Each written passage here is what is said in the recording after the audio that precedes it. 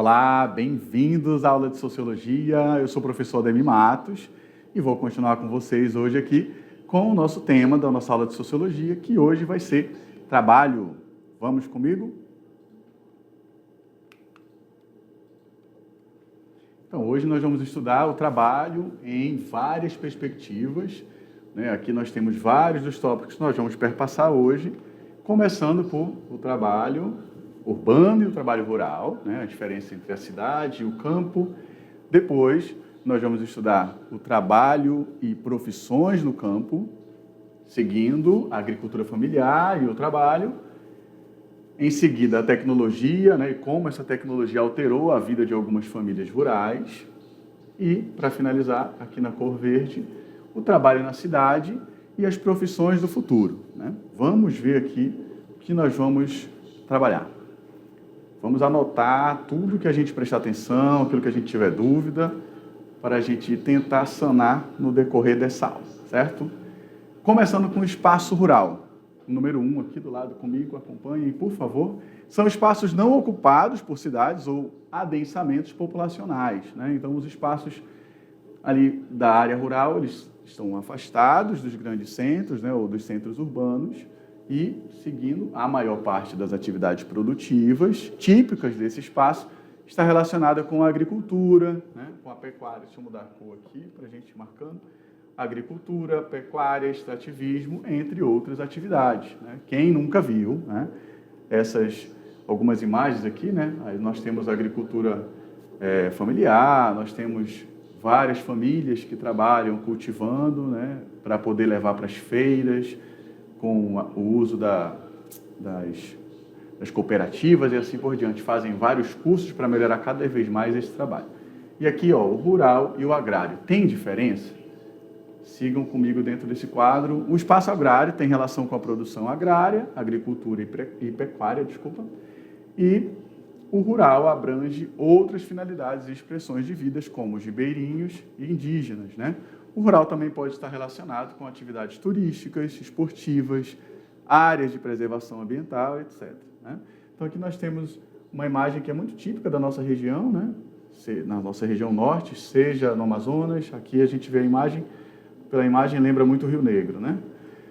O nosso Rio Madeira é um pouquinho mais escuro e leitoso, né, digamos assim, por causa da terra, né? Então, aqui nós temos o boto e em atração turística, que nós costumamos ver muito pela internet, mas a gente também encontra no Pará, no Amazonas, né? Em algumas regiões próximas, Acre e assim por diante, Roraima, tá?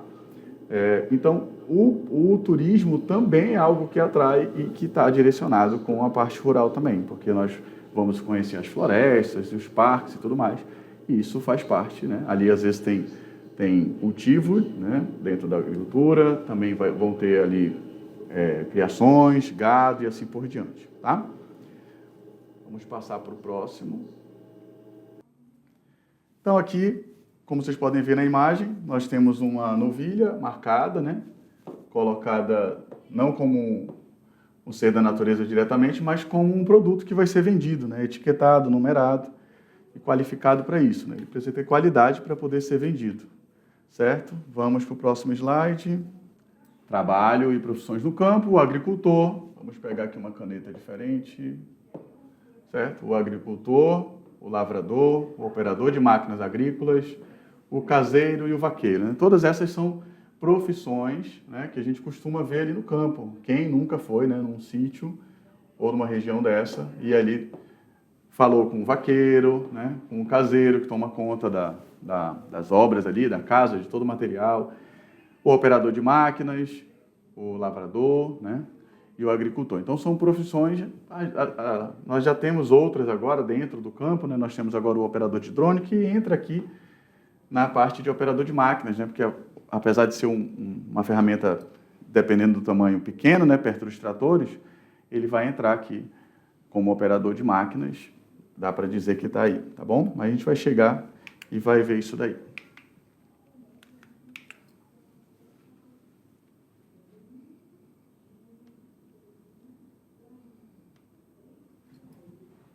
Trabalho e profissões no campo, peão, leiteiro, o guia turístico, certo?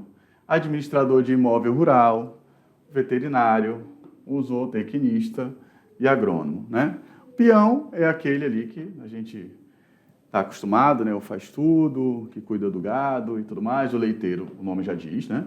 Ele vai retirar o leite. Não julguem, né? Precisa ter muita disposição. Quem trabalha com isso fica sentado, tem uma posição quase que agachado, costuma ter problemas no joelho. Quem nunca conheceu um avô ou um tio que se adoeceu ou trata o joelho por causa disso. O guia turístico precisa estudar o lugar, precisa estar bem ciente do que vai levar, para onde vai levar as pessoas, o que precisa ser apresentado, os cuidados que precisa, cuidados médicos caso aconteça algum acidente, se arranhou numa pedra, caiu, machucou, quebrou alguma parte, né, torceu, precisa sim de muita orientação e estudo e conhecer o local que vai ser, né, guiado ali.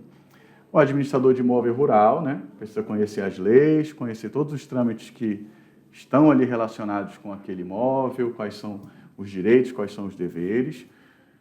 O veterinário, né, que é aquele que vai tomar conta dos animais, vai verificar as vacinas, né, tudo, se a saúde do animal está tudo nos conformes dentro daquilo que é previsto. O zootecnista toma conta de todo o meio que tem a ver com esses animais para controlar as doenças, as pragas e as pestes, para que isso não escale, para que não seja um problema de segurança tanto para quem está naquela área ali, rural, como para se aquilo escalar e for para fora, né? E o agrônomo, que é quem administra toda essa parte agrária e tudo mais, que é estudado, tem um estudo para isso, né?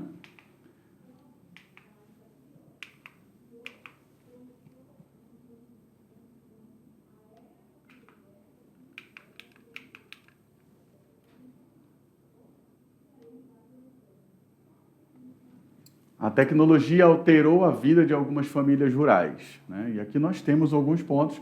Eu citava o drone, agora nós temos aqui, né, o drone agrícola, né? Hoje já tem curso para isso. São aparelhos caríssimos, né? Não é um equipamento barato. E ainda mais agora, por ser uma tecnologia que está no auge, porque também tem hobby, né? Isso fica mais caro ainda. Não são muitas empresas que estão no ramo, então acaba deixando isso bem mais nichado e caro. O GPS agrícola, né? Com ele a gente consegue identificar, seja animais, seja equipamentos e assim por diante. A robótica, né? A gente tem meios hoje, robôs que entram dentro dos silos para poder fazer o controle de pragas e até mesmo para salvar vidas, né? Que era um problema muito grande das pessoas que iam fazer um acompanhamento dentro dos silos, das rações e sementes e acabavam morrendo, né, sem ar, porque afundavam. Hoje a gente tem robôs que podem tanto ajudar como fazer esse acompanhamento. Aplicativos para pesagem de bovinos, né, suínos também e assim por diante. A IoT, né, que é a internet das coisas, que aí você já tem ali uma fazenda, um meio rural, uma casa no campo, tudo conectado, você vai para a cidade fazer as compras, ou a passeio, viagem, o que for, e você pode controlar, acompanhar tudo com câmeras, programar tudo, fazer controle de energia, de umidade, de ventilação, né, de resfriamento e assim por diante. E os drones na agricultura que eu citei logo quando a gente começou a estudar esse slide, certo? Vamos para o próximo. Como, né, aqui a gente tem a tecnologia alterou a vida de algumas famílias rurais. Como que isso aconteceu, né? E aí nós temos uma imagem aqui que retrata um pouco isso. Nós temos lá atrás, ao fundo, no horizonte, né, a propriedade rural. No meio do plano, ou em segundo plano, a gente vai ter um operador de máquina com um trator, algum equipamento ali, né? E nós temos aqui, provavelmente, um administrador, um agrônomo, o dono desse imóvel, desse trabalho, ou um prestador de serviço, que já está com o computador, provavelmente, acompanhando o que está sendo feito ali, né? Pode estar ligado a essa máquina, né? Pode estar sendo feita ali uma colheita e eles estão sabendo quanto está sendo feito por segundo, qual é a estimativa para acabar com toda essa área ali, que eles forem fazer isso e assim por diante, tá? Então aqui, a agricultura com precisão, acompanhem comigo nos tópicos, no primeiro, né? A internet das coisas, ou IoT, que a gente viu lá atrás, a sigla, né? A internet das coisas consegue integrar diversas informações do campo, como a localização geográfica, né, que a gente entra com o GPS que citamos ainda há pouco, as previsões meteorológicas, isso aqui é muito importante, principalmente para quem trabalha com plantio, porque dependendo de como o tempo está, né? Se tem muita água ou se tem muita seca, isso vai afetar na produção, você pode perder safras inteiras, né? Os dados do solo, entra a umidade, tudo isso, né, que foi citado, e os dados das máquinas em atividade, como a gente vê aqui, né? Essa máquina aqui provavelmente está mandando um sinal para esse computador e eles em tempo real estão fazendo ali um trabalho sincronizado, acompanhado, né, para saber tudo que está acontecendo, prevendo qualquer tipo de problema para poder ser sanado, porque qualquer tipo de parada num trabalho de grande produção como esse quer dizer gasto e custo, certo? E qual a importância da agricultura familiar, né? Quem aí já não viu, quem aí não está, né, numa situação dessa, trabalha com a família na agricultura, sabe como é que funciona. Se você já trabalha com isso ou tem a família, pode ajudar os colegas em sala com o professor, né, explicando um pouquinho da sua experiência. E aqueles que não sabem, vamos pesquisar aqui e vamos prestar atenção também, tá bom? Começando pelo lado esquerdo aqui com o círculo vermelho. A agricultura familiar é desenvolvida em pequenas propriedades rurais, né? Então, por isso o termo familiar, né? Normalmente são pequenas famílias. Isso foi o que ajudou muito durante a pandemia, a gente ter essa agricultura familiar, as cooperativas trabalhando, porque aí cada família tinha essa sua pequena produção e com isso eles levavam para as feiras e a gente conseguiu ter todo o direcionamento da alimentação básica para a gente poder sobreviver num período difícil, certo? Seguindo para o próximo círculo, recebe esse nome pois é realizado por grupos pequenos, grupos de famílias, como citei, pequenos agricultores e alguns empregados, né, que às vezes vêm de grandes centros ou de um centro urbano e faz esse meio turno, né? Num turno ele está na área rural, ou durante os dias da semana ele está na área rural, e no final de semana ele vai para a cidade, depende da vida de cada um. No terceiro círculo, o amarelinho, a colheita dos produtos serve de alimento para eles e ainda para o consumo de parte da população local, né? Então, eles vão produzir para a família deles, por isso, né, agricultura familiar. Eu produzo para a minha família, para a minha comunidade e também para aqueles que estão ali na minha localidade. E, muitas das vezes, vem alguém num caminhão maior e leva boa parte dessa produção que várias famílias estão produzindo para abastecer os centros urbanos, certo? Por último, aqui no laranjado, 70% dos alimentos consumidos no Brasil são fruto da agricultura familiar. Então, 70%, se a gente divide todo o alimento consumido no Brasil, cada um desse aqui é 25%, 75% é 3%. Ó. Então, a gente praticamente só sobraria isso daqui, aproximadamente, né? Que não é abastecido pela agricultura familiar. Então, é algo muito importante para o nosso dia a dia e para a nossa vida, tá? Não deixemos de valorizar. Aqui a gente tem uma foto, uma imagem, né, com uma feira produzida por eles, né? Nós temos tubérculos, nós temos frutas, nós temos folhas, tá? Tudo isso daqui é o que garante o sustento de muitas famílias, tá bom? E vamos pelos tópicos aqui. A agricultura familiar garante também a renda das famílias do campo. A agricultura familiar representa mais de 80% das propriedades rurais de Rondônia, e aqui nós estamos falando de Rondônia, a gente falava ainda há pouco do Brasil, que 75%, vamos voltar aqui, ó, 75% dos alimentos consumidos no Brasil são frutos da agricultura familiar. E em Rondônia, a agricultura familiar representa 80%. É muita coisa, tá? Muita coisa mesmo. E 60% do que está no prato do rondoniense vem desse tipo de agricultura. Mais um motivo para que a gente valorize e incentive aqueles trabalhadores que atuam nessa área, certo? Lembre-se, né? Vamos fazer um lembrete e amarrar um lacinho no dedo para não esquecer. Há atividades mais valorizadas e as menos valorizadas. Isso vai depender do grau de escolarização e especialização e a valorização que a própria cultura dá, né? Então, se hoje a valorização é quem está no YouTube, no TikTok ou algo parecido, isso depende daquilo que você foca para a sua vida. Mas todo mundo precisa disso daqui, ó, de alimento para poder estar em pé e para sobreviver, tá bom? Então, depende da prioridade que você coloca na sua vida. Algumas atividades são mais valorizadas pelo mercado, pelo que for. Não quer dizer que seja melhor do que a outra. Reflitam sobre isso, tá bom? E vamos agora para o trabalho urbano, né? Nós temos uma imagem aqui, onde nós temos os grandes guindastes, né? Que vão se, entre aspas, né, autoconstruindo os prédios. Eles vão subindo, subindo, subindo, e quando você vê, já tem ali um arranha-céu gigantesco, certo? Percebam a diferença, né? A gente estava no lugar rural, onde era cercado por natureza, e muitas das vezes são usados termos selva de pedra, né? Ou das luzes e tudo mais. Aqui nós temos uma cidade, não dá para a gente ver uma árvore nessa foto, né?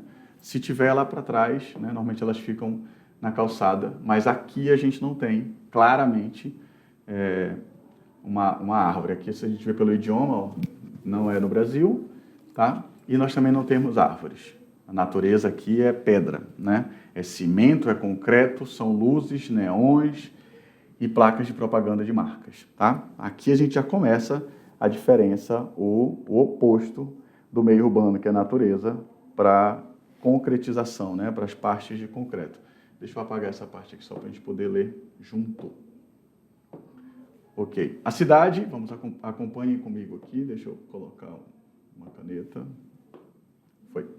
A cidade é o centro da organização social e econômica.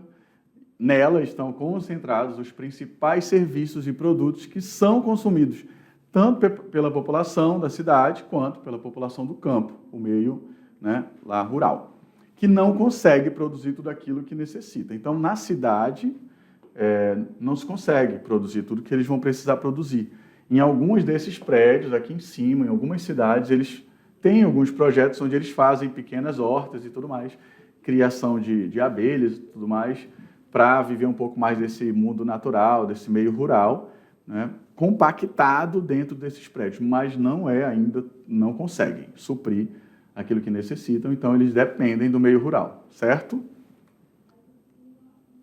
Ainda falando das cidades, nós temos aqui, existem pequenos centros urbanos e os grandes centros, né?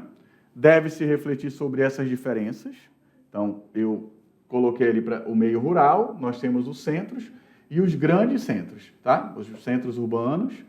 Então, dando um exemplo, nós estamos em Porto Velho, mas nós temos megalópolis como São Paulo, a grande São Paulo, que é a capital, que vive em média 12 milhões de habitantes. Porto Velho a gente está perto dos 500 mil.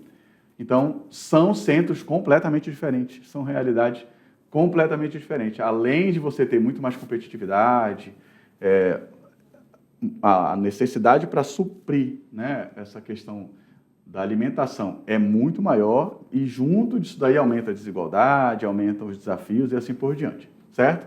A gente poderia comparar com outras cidades também, né? A gente poderia comparar com Rio de Janeiro, com Campo Grande, com Belém. São cidades gigantescas e são diferentes, né? Com similaridades. Se a gente fosse comparar somente a nível de norte, nós temos tanto Manaus quanto Manaus, que são ali, as duas ficam na média de 1 milhão, 2 milhões de habitantes, tá? As cidades são diferentes, acompanhem comigo aqui, ó. As cidades são diferentes, algumas bem estruturadas e outras não, né? Aqui é só lembrar dos desafios que nós temos nas nossas cidades, né? Quais são os desafios que nós temos quando nós vamos cobrar ali o nosso prefeito, ou os nossos governantes, né? Temos desafios, sempre tem, né? Seja um buraco, vários buracos, a segurança, a iluminação pública, né? Vagas nos hospitais, vagas nas escolas, qualidade das estruturas, né?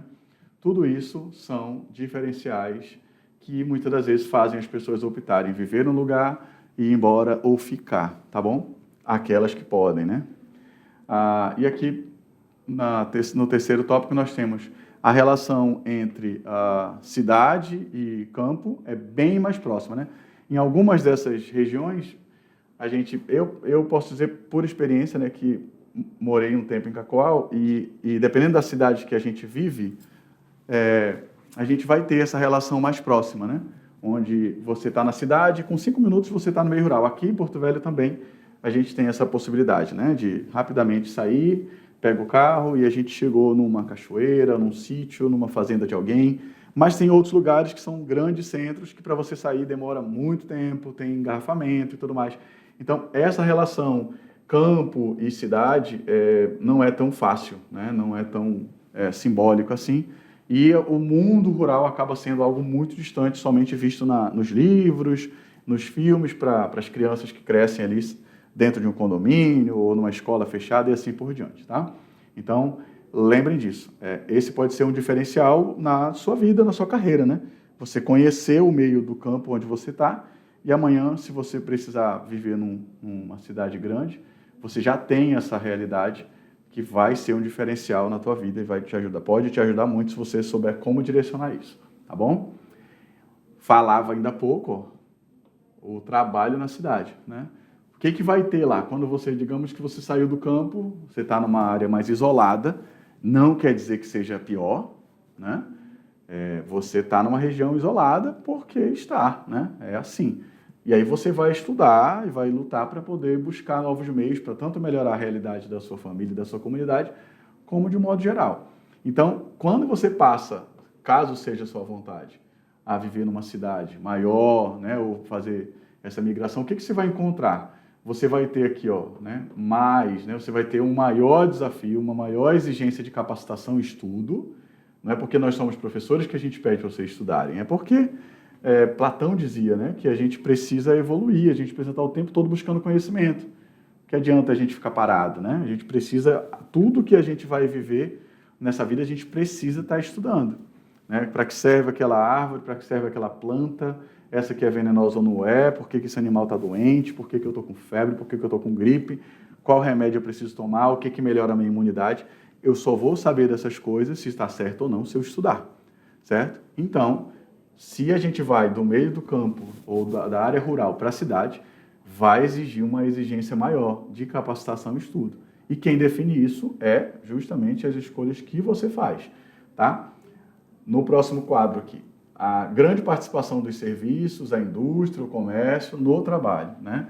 Então, quando você vai para uma cidade, diferente da maioria das áreas rurais, você vai encontrar muito mais indústrias, né? São empresas gigantes, terrenos gigantescos. Dependendo da região, se você vai, por exemplo, Mato Grosso do Sul, Campo Grande, você vai ter empresas que estão ali entre o meio rural e o meio urbano, trabalhando com a extração de eucalipto, né, para a produção de celulose, o papel que a gente está escrevendo hoje em dia aqui, a maioria deles vem de lá. Né? O café, o nosso café aqui roda o Brasil, né? Tem influência de Santa Catarina, o nosso Robusta veio daquela região, foi trabalhado aqui por 10 anos, e hoje a gente tem um café de qualidade, a gente manda leite, manda carne, manda café para o Brasil todo, né? Boa parte do açaí, as castanhas, o palmito, vem do Pará, né? Para ser disseminado pelo Brasil todo. Então, a gente tem essa participação nos serviços. Quando a gente está num grande centro, isso acaba sendo muito maior, tá? E aqui no último quadro, uma maior concorrência, né, na busca pelo emprego. E é o que eu falava para você.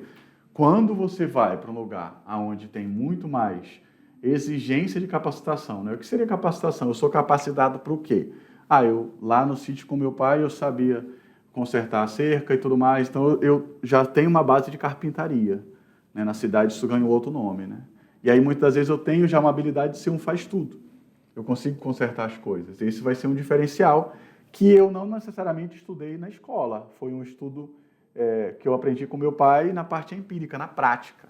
Meu pai, meu avô, meu tio me ensinou isso. Então eu valorizo aquilo que eu trago lá do sítio e, né, não tenho vergonha dessa minha realidade. Então, na hora da concorrência, eu posso não ter o certificado, mas eu sei fazer. Então, na hora da entrevista, vão me perguntar, eu falei, não tenho certificado, mas eu sei fazer. Coloque na minha mão que eu faço, certo? Então, tem esses diferenciais que vão criar uma reflexão, né? E vai impactar na hora de você conseguir ou não a vaga ou o emprego. Quais são as profissões do futuro? E aqui entra um desafio, né? Porque a gente não consegue prever o futuro, mas a gente dá uns chutes, né? A partir daquilo que está acontecendo hoje. Nós temos a inteligência artificial, nós temos os computadores cada vez mais aptos, né? A gente hoje nem precisa ter, dependendo da situação, um computador, a gente pode fazer tudo no celular, dependendo do tamanho da tela, do processamento que ele tem, da internet que você dispõe, dos arquivos que você baixou, né, e deixou salvo no celular e assim por diante. As atividades, vamos acompanhar comigo aqui só um pouquinho. As atividades e profissões semelhantes, tanto no campo como na cidade, né? Então, assim, existem atividades, por exemplo, um operador de drone. O mesmo cara que opera, ou a mulher, né, que opera um drone na cidade, opera no campo. Quais são os desafios? No campo, você pode ter mais árvores ou não, ou mais vento.